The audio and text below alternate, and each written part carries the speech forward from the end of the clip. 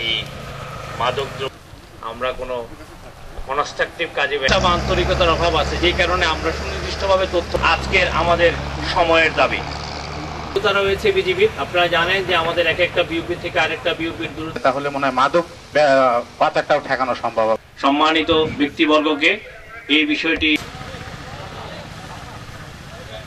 পাচার যারা করেন তাদের পাশাপাশি এখন আমরা কিন্তু